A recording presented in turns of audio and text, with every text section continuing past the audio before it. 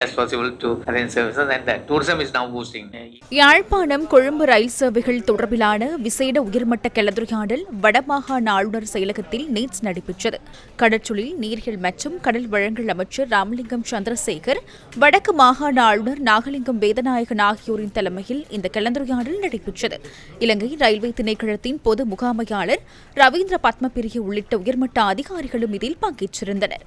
யாழ்ப்பாணம் கொழும்பு இடையிலான ரயில் சேவைகளை மீள அதிகரித்தல், நேர அட்டவணைகளை மீளமைத்தல், ரயில் பாதைகளை சீரமைத்தல் மற்றும் உட்கட்டமைப்பு பிரச்சினைகளுக்கு தீர்வு காண்பது தொடர்பில் இதன்போது விசேட கவனம் செலுத்தப்பட்டதாக வடக்கு மாகாண ஆளுநரின் ஊடகப் பிரிவு தெரிவித்துள்ளது. ரயில் இயந்திரங்களுக்கான பற்றாக்குறையை சேவைகளை முழுமையாக மீள ஆரம்பிப்பதில் பிரதான தடையாக உள்ளதாகவும், எனினும் புதிய இயந்திரங்களை கொள்வனவு செய்வதற்கான நடவடிக்கைகள் ஏற்கனவே ஆரம்பிக்கப்பட்டுள்ளதாகவும் ரயில்வே பொது முகாமையாளர் இதன்போது தெரிவித்தார்.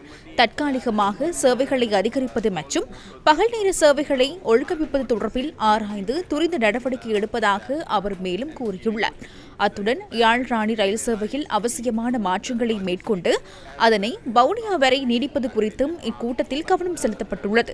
இதனிடையே தற்போது அனுராதபுரம் வரை மாத்திரம் முன்னெடுக்கப்படும் சரக்கு ரயில் சேவையை காங்கேசன்துறை வரை விரிவுபடுத்துமாறு ஆளுநரால் கோரிக்கை விடுக்கப்பட்ட நிலையில் அதற்கான நடவடிக்கைகள் துரிதமாக முன்னெடுக்கப்படும் என ரயில்வே பொது முகாமையாளர் உறுதியளித்துள்ளார். இதனிடையே பஸ் மற்றும் ரயில் சேவைகளை ஒரே இடத்தில் ஒருங்கிணைக்கும் பிரதான நிலையங்களை வடக்கு மாகாணத்தின் முதற்கட்டமாக யாழ்ப்பாணம் மற்றும் கிளிநொச்சியில் அமைப்பது தொடர்பில் ஆராயப்பட்டு வருவதாகவும் இலங்கை அரசு அபிவிருத்தி மற்றும் நிர்மாண கூட்டுத்தாபனத்தின் தலைவர் தெரிவித்துள்ளார்.